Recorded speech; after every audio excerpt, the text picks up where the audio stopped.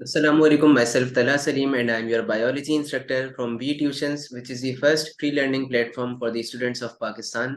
यहाँ आपको free lectures, PowerPoint, quizzes and everything will be available so that you can आप आसानी से तैयारी कर सकें और आपकी एजुकेशन को आसान बनाना ही हमारा मेन एम है। तो let's continue to our topic. So last time we were discussing about the biomolecules और हमने बायोमोलिक्यूल्स का डिस्कस किया कि बायोमोलिक्यूल्स क्या होते हैं और क्यों ज़रूरी हैं। फिर मैंने monomers, polymers and condensation hydrolysis का बताया था। And then we move on to the lecture 2।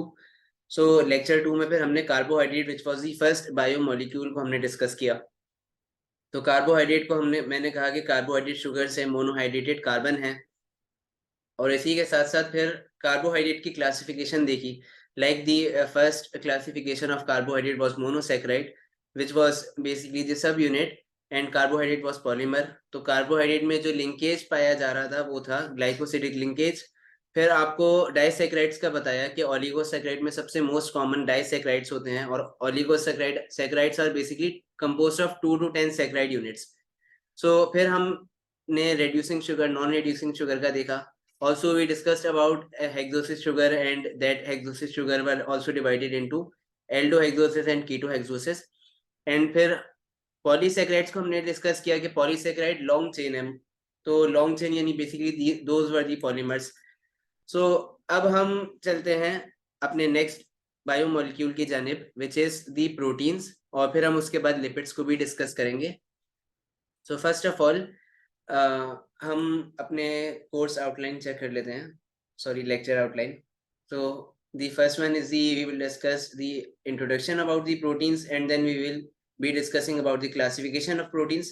अच्छा, क्लासिफिकेशन हम प्रोटीन्स की डिस्कस करेंगे on the basis of shapes and functions also, and then we will also discuss about the lipids and its classification as well.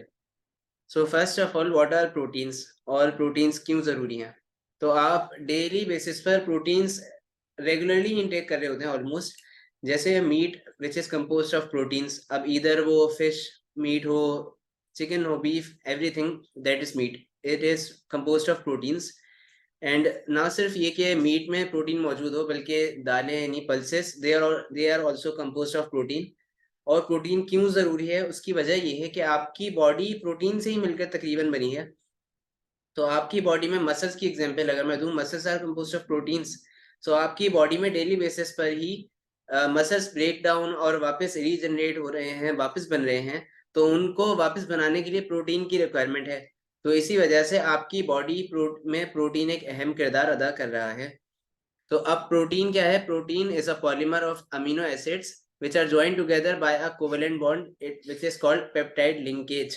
So monosaccharide जब combine हो रहे थे carbohydrate के case में तो वो ग्लाइकोसिडिक लिंकेज से कंबाइन हो रहे थे। तो अब याद रखें कि अमीनो एसिड्स अगर कंबाइन होंगे तो वो कंबाइन होंगे by the help of peptide linkage. और अगर लेक्चर 1 को अगर रिवाइज करें थोड़ा, तो लेक्चर 1 में मैंने कहा था कि cell was composed of different constituents और among that water was the most dominant one. और वाटर तकरीबन 70 to 90% कंपोस्ट बना रहा था सेल को। तो वाटर की फिर इंपॉर्टेंस भी मैंने बताई थी। तो अब अगर वाटर को रिमूव कर दिया जाए तो the remaining portion is called the dry weight of the cell. So protein constitutes about 55% of the drivate of the cell and the rest percent are different like carbohydrates, lipids and other as well. अच्छा, protein अब organ specific है, यानी अब muscles में जो protein पाई जा रही है वो आपकी ट्रांसपोर्टर प्रोटीन नहीं है। आपके ब्लड में अलग प्रोटीन है, आपके डिफरेंट डिफरेंट ऑर्गन्स में अलग अलग तरह की प्रोटीन्स पाई जा रही हैं और हर एक का एक अलग फंक्शन है आपकी बॉडी में। तो प्रोटीन सब अमीनो एसिड से मिलकर बने हैं और अमीनो एसिड्स आपकी बॉडी में तकरीबन 20 अमीनो एसिड्स हैं जो आपकी बॉडी में पाए जा रहे होते हैं और जो ज्वाइंट हुए हुए होते हैं by the help of a peptide linkage. तो ये बेसिकली एक जनरल डिस्कशन है अबाउट दी प्रोटीन्स। अब प्रोटीन का एक जनरल फॉर्मूला होता है कि अगर यहाँ पर डिस्कस करें, so basically this whole structure you can say that it is the structure of a protein. तो अगर मैं यहाँ पर ये एच वगैरह ये डिफरेंस हटा दूं, जस्ट यहाँ पे आर लिख दूं, तो ये आर ये एक प्रोटीन में अमीनो एसिड का स्ट्रक्चर है। तो ये अमीनो एसिड कई सारे ज्वाइंट हुए होते हैं by the help of peptide linkage, जिसकी वजह से प्रोटीन का मॉलिक्यूल बनता है। तो अब यहाँ पर देखें तो एक कार्बन में एक अमीनो ग्रुप, एक अमाइड ग्रुप और एक कार्बोक्सिल ग्रुप मौजूद है, जिसकी वजह से एक अमीनो ग्रुप बन रहा है। तो अब अमीनो एसिड्स की अगर मैं बात करूं तो अमीनो एसिड्स डिफरेंशिएट होते हैं on the basis of R group. यानी अगर आर ग्रुप का फर्क आ जाए, R is the radical group जो मैंने यहाँ पे डिस्कस किया था, तो अगर आर में आर की जगह मैं एच लगा दूं, यानी if radical group is H, so that molecule is called, या that amino acid is called glycine. And similarly अगर R group CH3 हो तो that is alanine, and if CH2OH so that is serine. So on the basis of R group there are different types of amino acids. So इसी वजह से 20 different types of amino acids हैं, और सिर्फ एक radical group की वजह से ही अमीनो एसिड्स के फंक्शन और स्ट्रक्चर पे थोड़ा बहुत फर्क आ रहा है। अब नेक्स्ट स्लाइड पे हम चलते हैं। सो सिग्निफिकेंस ऑफ अमीनो एसिड्स। सो अब अमीनो एसिड्स क्यों ज़रूरी हैं? तो अमीनो एसिड्स इसलिए ही नहीं कि प्रोटीन बना रहे हैं, बल्कि अमीनो एसिड की सीक्वेंस होती है जो प्रोटीन टू प्रोटीन वेरी कर रही होती है। यानी अगर आपकी बॉडी में मियोसिन है, उसमें अलग सीक्वेंस ऑफ प्रोटीन होगी कि फॉर एग्जांपल जो 20 different types of amino acids हैं उनके अरेंजमेंट में फ़र्क होगा कि suppose A amino acid was joined to B and then C and D, so किसी दूसरे प्रोटीन में इसका ऑपोजिट हो जाएगा। तो सिर्फ ये सीक्वेंस भी बहुत मैटर कर रही होती है। वो किस तरह कि अगर यहाँ पर देखें valine, histidine, leucine and different, so ये ऑल अमीनो एसिड्स मौजूद हैं और ये together they make red blood cells. तो normal red blood cells spherical shape का होता है। तो अगर यहाँ पर सिर्फ 6 पोजीशन पर ग्लूटामिक एसिड मौजूद है, उसकी जगह दूसरा अमीनो एसिड आके लग जाता है जो कि है वेलाइन या valine. So that is basically the mutation. Mutation कहते हैं चेंजेस को। तो अब यहाँ पे कोई चेंज आ गई, यानी म्यूटेंट हो गया, ये एक सीक्वेंस में चेंज आ गया। सो सिर्फ एक अमीनो एसिड के फर्क की वजह से आरबीसी का शेप चेंज हो जाता है, तो वो स्फेरिकल से सिकल सेल शेप के हो जाते हैं, सिकल शेप के हो जाते हैं, जिसकी वजह से आपकी बॉडी में डिफरेंट चीज़ें डेवलप होती हैं, जैसे कि ऑक्सीजन बहुत कम ट्रांसपोर्ट हो पाती है, तो इसी वजह से आप डेली बेसिस की जो एक्टिविटीज़ परफॉर्म करते हैं वो नहीं हो पाती, क्योंकि आपकी बॉडी में ऑक्सीजन प्रॉपर सप्लाई नहीं हो पा रही। और वो क्यों नहीं हो पा रही? क्योंकि अमीनो एसिड की सीक्वेंस में सिर्फ एक अमीनो एसिड का डिफरेंस था। तो यहाँ पर just you can see that कि अमीनो सीक्वेंस भी कितनी ज़रूरी है कि अगर हिस्टिडीन है तो हिस्टिडीन के बाद ल्यूसीन ही लगना है लाजमी। So that's why the amino acids are also playing a vital role in maintaining different functions and performing different perspective of your body. So अब प्रोटीन्स की क्लासिफिकेशन के प्रोटीन की डिफरेंट टाइप्स हैं। So normally classification of proteins दो basis पर होती है, एक बेस्ड ऑन कॉम्पोजिशन, किस चीज से मिलकर बने, and then the hydrolysis product, कौन सा प्रोडक्ट बना रहे हैं। सो कॉम्पोजिशन के हिसाब से फिब्रस और ग्लोबुलर प्रोटीन होती हैं, जिसको मैं आगे डिस्कस करूंगा। और हाइड्रोलिसिस के हिसाब से प्रोटीन्स की 3 टाइप्स हैं, simple, conjugated and derived proteins. अब अगेन कॉन्जुगेटेड जो है, कॉन्जुगेटेड का लफ्ज जहाँ पे भी हो, कॉन्जुगेटेड मीन्स के दो डिफरेंट चीजें आपस में कंबाइन हो रही हैं, सो that is making a conjugated molecule और कॉन्जुगेटेड थिंग। सो यहाँ पर भी कॉन्जुगेटेड प्रोटीन्स में डिफरेंट मॉलिक्यूल्स कंबाइन होके प्रोटीन्स की बना रहे हैं, जैसे न्यूक्लियो प्रोटीन्स में न्यूक्लिक एसिड और प्रोटीन कंबाइन हो गया, ग्लाइकोप्रोटीन्स में ग्लाइकोजन प्रोटीन्स कंबाइन हो गए। तो इसी तरह डिफरेंट डिफरेंट टाइप्स के कॉन्जुगेटेड प्रोटीन्स भी बहुत मौजूद होते हैं। So first we are going to discuss about the classification of proteins on the basis of shape. So shape की बेसिस पर दो टाइप्स हैं प्रोटीन की, एक फिब्रस और एक ग्लोबुलर प्रोटीन। अब अगर इस तस्वीर पे गौर फरमाएं तो ये फिब्रस प्रोटीन है, यानी इसमें फाइबर्स मौजूद हैं और कोलेजन एक एग्जांपल है इसकी। और ग्लोबुलर प्रोटीन की अगर आप एग्जांपल देखें तो ये फोल्ड्स हैं कुछ। तो ये टर्शरी स्ट्रक्चर होता है, यानी प्रोटीन्स आपस में मोड़ दिए जाते हैं इस तरह कि एक टर्शरी स्ट्रक्चर या एक ग्लोबुलर स्ट्रक्चर बन जाता है। अच्छा, ग्लोबुलर को आसान अल्फाज में आप ये भी कह सकते हैं कि ये गोल शेप के होता है, circle like. So that's why these are globular proteins. अब इनके फंक्शंस में भी डिफरेंट, इनके फंक्शन से फिब्रस की भी अलग हैं और ग्लोबुलर के अलग हैं। अगर मैं फिब्रस की बात करूं तो फिब्रस की कुछ प्रॉपर्टीज में डिस्कस करते चलूं कि fibrous are insoluble in water and they are also non crystalline and they are elastic in nature since they are fibers. और इसकी एग्जांपल आप हेयर्स में आपके मौजूद हैं, फिब्रस प्रोटीन नेल्स में मौजूद हैं, या स्पाइडर वेब में भी। एंड स्पाइडर वेब की अगर एग्जांपल देख लें तो दैट इज इलास्टिक। वो अलग बात है कि आप ज्यादा फोर्स लगा रहे हैं तो आपको नहीं लगता कि इलास्टिक, लेकिन वैसे अगर कम फोर्स से देखा जाए तो they are basically the elastic, stretch हो रहा है। ग्लोब्यूलर प्रोटीन्स की बात करें तो ग्लोब्यूलर प्रोटीन्स इसके थोड़े ऑपोजिट है। जैसे fibrous proteins were soluble in water, so globular proteins are not soluble in water, but rather they are soluble in different solvents such as ethanol और अल्कोहल या एसिड बेस, इन सब चीजों में globular proteins soluble है। Fibrous protein crystallise नहीं हो रही थी। क्रिस्टलाइज बेसिकली कहते हैं कि किसी भी चीज को क्रिस्टल फॉर्म में कन्वर्ट कर देना, वो क्रिस्टलाइजेशन कहलाता है। तो fibrous proteins are non crystalline, जबकि globular proteins they are crystallines, means they can be converted into crystal forms. और इसकी एग्जांपल में आ जाते हैं enzymes, haemoglobin, so that they all are globular proteins. अब classification on the basis of shape को हमने डिस्कस कर लिया, अब classification on the basis of structure को डिस्कस करते चले। तो स्ट्रक्चर के हिसाब से प्रोटीन्स की चार टाइप्स हैं। First is basically the primary structure, जिसमें एक लीनियर चेन होती है, जस्ट लाइक ए सिंपल एक स्ट्रक्चर एक चेन में बना दूं, that is the primary structure. अगर उसमें थोड़े ट्विस्ट एंड टर्न्स डेवलप हो जाए, सो that is basically the secondary structure. अब सेकेंडरी स्ट्रक्चर की भी दो टाइप्स आती है, एक अल्फा हेलिक्स और दूसरे बीटा प्लेटेड शीट्स होते हैं। So we are not going to discuss about that. So secondary structure को फिलहाल इतना याद रखें कि प्राइमरी स्ट्रक्चर में अगर कॉइल्स टर्न्स डेवलप हो जाए, सो that is the secondary structure. और इसी सेकेंडरी स्ट्रक्चर को अगर मैं घुमा दूं, मोड़ दूं, सो ये एक टर्शियरी स्ट्रक्चर में कन्वर्ट कर दूं, so that is basically the tertiary structure of protein.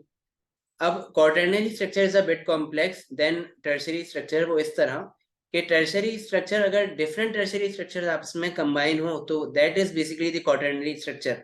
अब अगर यहाँ पर दो ये ब्लू और दो ग्रीन मॉलिक्यूल्स मौजूद हैं, मींस चार यहाँ पे टर्शियरी स्ट्रक्चर है। अब क्वाटर्नरी की भी वैसे दो टाइप्स आती हैं। So first one is the homo quaternary and the second one is the hetero quaternary. Homo कहते हैं सेम को, यानी अगर मैं सपोज ये ग्रीन वाले मॉलिक्यूल्स को हटा देता हूँ, सिर्फ ब्लू को रहने देता हूँ, सो that is the homo quaternary, means दोनों टर्शियरी स्ट्रक्चर सेम है। जबकि अगर मैं हीट्रो की बात करूं, हीट्रो कहते हैं डिफरेंट को, यानी अगर मैं यहाँ पर एक ग्रीन और एक ब्लू मॉलिक्यूल ले लूं, so that is basically the hetero quaternary structure. So इस तरह प्रोटीन डिफरेंट स्ट्रक्चर्स के होते हैं। अच्छा, इनके डिफरेंट फंक्शंस भी होते हैं, हर एक डिफरेंट जगह पर मौजूद है। क्वाटर्नरी की एग्जांपल दे दूं तो क्वाटर्नरी इज बेसिकली हीमोग्लोबिन, जो आपकी बॉडी में ऑक्सीजन सप्लाई कर रहा है। सो अब हमने classification on the basis of shape भी डिस्कस कर लिया और on the basis of structure भी कर लिया। अब ये यहाँ पर ये आपकी बुक की कुछ एग्जांपल्स मौजूद हैं कुछ प्रोटीन्स की। फॉर एग्जांपल एक्टिन प्रोटीन्स हैं, कोलेजन प्रोटीन्स हैं। कोलेजन स्ट्रेंथ या इलास्टिसिटी देते हैं स्किन को। इसी तरह इलास्टिन इलास्टिन प्रोटीन्स भी हैं जो आपकी टिश्यूज या ऑर्गन को इलास्टिसिटी दे रहे हैं। सो इसी तरह डिफरेंट डिफरेंट टाइप्स के प्रोटीन मौजूद हैं, उनके डिफरेंट फंक्शंस यहाँ पर मौजूद हैं। और फिर नेक्स्ट यहाँ पर एक, these are the basically the functional proteins. So first of all the digestive proteins. Digestive वो प्रोटीन्स जो आपके डाइजेशन में हेल्प कर रहे हैं। For example amylase and lipase, they all are the digestive enzymes, और enzymes are composed of protein, so basically that's why I have written digestive enzymes. And the next one is the transporter proteins. So transporter यानी transport क्या होता है कि एक जगह से किसी चीज को दूसरी जगह लेकर जाना। सो हीमोग्लोबिन क्या है कि ऑक्सीजन आपकी बॉडी यानी लंग्स या हार्ट से आपकी ऑक्सीजन लेकर जा रहे हैं, डिफरेंट ऑर्गन्स को सप्लाई कर रहे हैं। So that's why they are called transporter proteins. Hormones आते हैं। हॉर्मोन्स आपकी बॉडी में मैसेंजर के तौर पे काम करते हैं, यानी आपके ब्रेन से सिग्नल, ये डिफरेंट और ऑर्गन से सिग्नल, ब्रेन सॉरी गलत कह रहा हूँ, डिफरेंट ऑर्गन से फॉर एग्जांपल सिग्नल्स लेकर जाते हैं हॉर्मोन्स एक ऑर्गन से दूसरे ऑर्गन की तरफ। तो उसकी वजह से डिफरेंट आपकी बॉडी में चेंजेस आते हैं। फॉर एग्जांपल ग्रोथ हार्मोन एक एग्जांपल है, तो ग्रोथ हार्मोन आपकी बॉडी में ग्रोथ डेवलपमेंट में इन्वॉल्व है। फिर इसी तरह स्टोरेज प्रोटीन्स भी आते हैं। स्टोरेज प्रोटीन्स नाम से वाजे है कि they are basically acting as a storage unit. So ये डिफरेंट आपकी बॉडी में स्टोरेज या नरिशमेंट वगैरह प्रोवाइड करवाने में मदद करवा रहे होते हैं। So these all are present in your books, और आपकी बुक से ही ली हुई है सारी एग्जाम्पल। अब नेक्स्ट हम बायोमोलिक्यूल को डिस्कस करते हैं, which are lipids. So lipids are generally आप कह सकते हैं उर्दू में लिपिड्स चिकनाई को कह रहे होते हैं। सो आप लिपिड्स भी काफ़ी इंटेक करते हैं। अब आप रिपोर्ट्स में भी कुछ देखें तो रिपोर्ट्स में आपको मिल जाएगा LDL एंड HDL एक लफ्ज़ मिल जाएगा। So that's are basically the type of lipids. अब लिपिड्स की क्लासिफिकेशन में डिस्कस करूं तो एक और चीज़ आपको बताते चलूं कि लिपिड्स का are composed of high energy, यानी आप कार्बोहाइड्रेट भी एक एनर्जी दे रहे थे, लेकिन लिपिड्स उससे ज़्यादा एनर्जी प्रोवाइड करते हैं due to the ratio of oxygen. और लिपिड्स की यहाँ पे क्लासिफिकेशन को डिस्कस करें तो लिपिड्स की 4 क्लासेस होती हैं: acyl glycerol, phospholipids, waxes and terpenoids. और अगेन उनकी भी फिर डिफरेंट डिफरेंट टाइप्स हैं जो नेक्स्ट स्लाइड में हम डिस्कस करेंगे। First one is the acyl glycerol. Acyl glycerol में एक ग्लिसरॉल का मॉलिक्यूल अगर 3 फैटी एसिड्स के मॉलिक्यूल से ज्वाइंट हो जाए by the process of esterification, so that is called acyl glycerol. और इसको ट्राइग्लिसराइड्स भी कहते हैं क्योंकि बेसिकली 3 ग्लिसरॉल के मॉलिक्यूल, 3 फैटी एसिड्स अटैच हैं एक ग्लिसरॉल के मॉलिक्यूल से। अच्छा, अब पहले सबसे पहले वापस इसको दोहराते हैं कि कार्बोहाइड्रेट मोनोसेक्राइड से मिलकर बने थे, proteins were made up of amino acids and lipids are composed of fatty acids. अब नेक्स्ट वन इज दी जो हमने डिस्कस किया एसाइल ग्लिसरॉल या ट्राइग्लिसराइड। सो ट्राइग्लिसराइड की भी अगेन 2 टाइप्स मौजूद होती हैं। The first one is the saturated and the next one is the unsaturated. अब सैचुरेटेड कहते हैं कोई भी ऐसा मॉलिक्यूल जिसमें बेसिकली डबल बॉन्ड या ट्रिपल बॉन्ड मौजूद नहीं है। तो यहाँ पे अगर आप इस चेन को देखें तो इस पूरी चेन में आपको डबल बॉन्ड नजर नहीं आएगा एक्सेप्ट फॉर दिस, ये कार्बोक्सिल ग्रुप है, इसको आप रहने दें। उसके आगे आप देखें तो यहाँ पर कहीं पे भी डबल बॉन्ड या ट्रिपल बॉन्ड मौजूद नहीं है।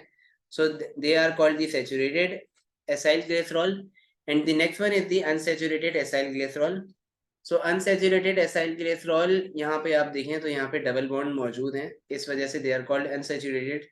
And saturated are solid fats इसकी एग्जांपल है, वाइल अनसैचुरेटेड आर लिक्विड और इसकी एग्जांपल में ऑयल आ जाता है। अब next are the phospholipids. So पहली हमने टाइप डिस्कस कर ली विच वाज एसाइल ग्लिसरॉल। अब नेक्स्ट टाइप है which is the phospholipid. Phospholipid 2 चीज़ों से मिलकर बने हैं, one is the phosphate and the next one is the lipid. तो यहाँ पर इस इमेज को अगर गौर करें तो इस इमेज में यहाँ पर ये कुछ स्ट्रक्चर्स हैं, ये स्ट्रक्चर्स कुछ इस तरह से बने हुए हैं और यहाँ पे एक हेड और एक 2 टेल्स मौजूद हैं। तो ये एक पूरा फॉस्फोलिपिड का स्ट्रक्चर होता है और ये तस्वीर एक सेल मेम्ब्रेन है क्योंकि फॉस्फोलिपिड्स आपकी सेल मेम्ब्रेन को बना रहे होते हैं। अब इसका हेड जो है ये हेड हाइड्रोफिलिक कहलाता है, यानी वाटर लविंग। वो इस वजह से क्योंकि ये सबसे बाहर है, इसी वजह से ये हाइड्रोफिलिक है। और दी next one is the hydrophobic. तो हाइड्रोफोबिक कहते हैं कि अगर कोई भी चीज वाटर फेयरिंग हो तो दैट इज कॉल्ड हाइड्रोफोबिक। मैं लिख देता हूँ hydrophilic and these tails are basically hydrophobic, जिसकी वजह से ये अंदर की तरफ मौजूद है। So they are the phobic one. So together they make the phospholipid molecule.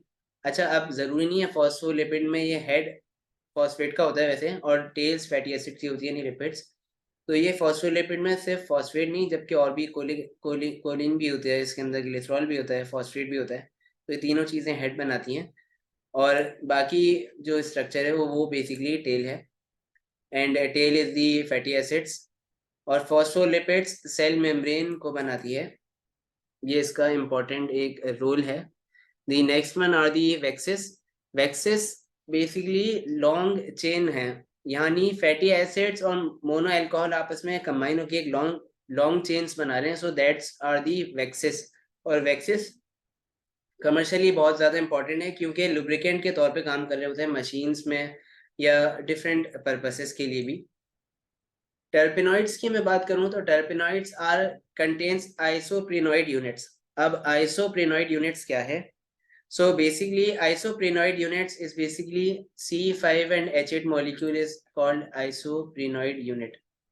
मैं लिख देता हूँ C5 and H8, ये एक isoprenoid unit कहलाता है और इसी तरह इसकी different types हैं on the basis of isoprenoid unit के तौर पे भी। First type terpenoids की type है terpenes, the next one is the steroids, then carotenoids and prostaglandins. So इस टर्पीन्स की मैं बात करूं, टर्पीन्स में सिर्फ कुछ आइसोप्रेनोइड्स यूनिट मौजूद होते हैं, वॉलेटाइल नेचर के होते हैं। अच्छा, वॉलेटाइल का मकसद ये कि एयर से जैसे ही एक्सपोज होंगे तो एक्सपोज होने के बाद ये उड़ जाते हैं, तो इसी वजह से वॉलेटाइल नेचर की वजह से फ्रेगरेंस में भी यूज इस्तेमाल होते हैं, क्योंकि ये फ्रेगरेंस दे रहे होते हैं। और next one are the steroids. So steroids में 17 कार्बन अटैच होते हैं, यानी एक रिंग स्ट्रक्चर्स होते हैं, एक 17 कार्बन के 4 रिंग्स बन जाते हैं जो एक स्टेरॉइड्स में मौजूद होते हैं, और ये प्रीकर्सर हैं for different steroids. Example testosterone, progesterone and estrogen. यहाँ पर एक लफ्ज आया विच इज दी प्रीकर्सर। अब प्रीकर्सर क्या चीज है? प्रीकर्सर आप कह सकते हैं इनएक्टिवेटेड फॉर्म को, या ऐसा मॉलिक्यूल जो ओरिजिनल मॉलिक्यूल को बना रहा हो, वो सारे कहलाते हैं प्रीकर्सर। यानी ये बाद में फिर मॉडिफाइड होके एक प्रॉपर फॉर्म बनाते हैं, जिसकी मैं एग्जांपल दे सकता हूँ कि पेप्सिन आपकी बॉडी में डाइजेस्टिव एंजाइम है और डाइजेशन का प्रोसेस करवा रहे हैं स्टमक में, तो पेप्सिन की इनएक्टिवेटेड फॉर्म होती है पेप्सिनोजिन, तो pepsinogen is a precursor for pepsin. So इसी तरह these steroids are basically precursor for testosterone, progesterone and oestrogen, और ये मैच्योरिटी का काम भी कर रहे होते हैं और आपकी बॉडी में डिफरेंट फंक्शंस परफॉर्म कर रहे होते हैं। Next are the carotenoids. Carotenoids में आइसोप्रेनॉइड यूनिट्स की लॉन्ग चेन होती है। टर्पीन्स में कुछ आइसोप्रेनॉइड यूनिट्स से, स्टेरॉइड्स में रिंग स्ट्रक्चर्स, जबकि कैरोटिनॉइड्स में आइसोप्रेनॉइड यूनिट की लॉन्ग चेन मौजूद है। और ये पिगमेंट्स हैं, यानी क्लोरोफिल या जितने भी आपको कलरफुल चीज़ें मौजूद हो रही हैं उनमें कैरोटिनॉइड्स मौजूद होते हैं। और लास्ट प्रोस्टाग्लैंडिन्स आते हैं। तो प्रोस्टाग्लैंडिन्स मैमल्स में खास तौर पे जब कोई इंजरी होती है या टिश्यू डैमेज है या कोई इन्फेक्शन भी है, तो उस कंडीशन में मैमल्स की बॉडी में प्रोस्टाग्लैंडिन्स प्रोड्यूस होते हैं, जिसकी वजह से आपका इम्यून सिस्टम अवेक होता है और डिफरेंट आपकी बॉडी में फिजियोलॉजिकल चेंजेस आते हैं। जैसे ब्लड फ्लो की अगर मैं बात करूँ तो ब्लड फ्लो आपका तेज हो सकता है, कम हो सकता है। इन्फ्लेमेशन हो सकती है, इन्फ्लेमेशन आपको कहीं चोट लग जाती है तो वो जगह फॉरेन स्वेल फूल जाती है थोड़ी बहुत, तो वो इन्फ्लेमेशन प्रोस्टाग्लैंडिन की वजह से होता है, और उसकी वजह से आपकी बॉडी का इम्यून सिस्टम या डिफेंस सिस्टम ट्रिगर हो जाता है। तो फिर आपकी बॉडी के आसान अल्फाज में पुलिस आ जाती है, कोई चोर जैसे एंट्री हो जाती है तो फौरन क्या करती है पुलिस, उनको निकालती है। तो इसी तरह आपकी बॉडी में कोई इसी तरह चोर, यानी इन शॉर्ट बैक्टीरिया पैथोजेंस आ जाएं, तो वो इम्यून सिस्टम उनको इराडिकेट रिमूव कर देगा। बाकी इसके अलावा इंडक्शन ऑफ लेबर में भी इन्वॉल्व होते हैं प्रोस्टाग्लैंडिन्स। आज का लेक्चर यहीं तक था, और नेक्स्ट बायोमोलिक्यूल्स को फिर हम अगले लेक्चर्स में डिस्कस करेंगे। सो अब तक हम कार्बोहाइड्रेट, प्रोटीन्स एंड लिपिड्स को डिस्कस कर चुके हैं। सो आज के लेक्चर यहीं तक ही। You can subscribe to our channel on YouTube. You can also join our WhatsApp community, जहाँ पे हम आपकी क्वेरी सॉल्व करेंगे। आपको कोई भी क्वेश्चन हो आप वहाँ पे हमसे पूछ सकते हैं। बाकी for downloading lectures you can visit our website which is vtuitions.com, and you can also support us on different social platforms such as Facebook, Instagram, Twitter, LinkedIn and TikTok. So that's all. मुझे आज के लिए दीजिए इजाजत। अपना ख्याल रखें। Thank you.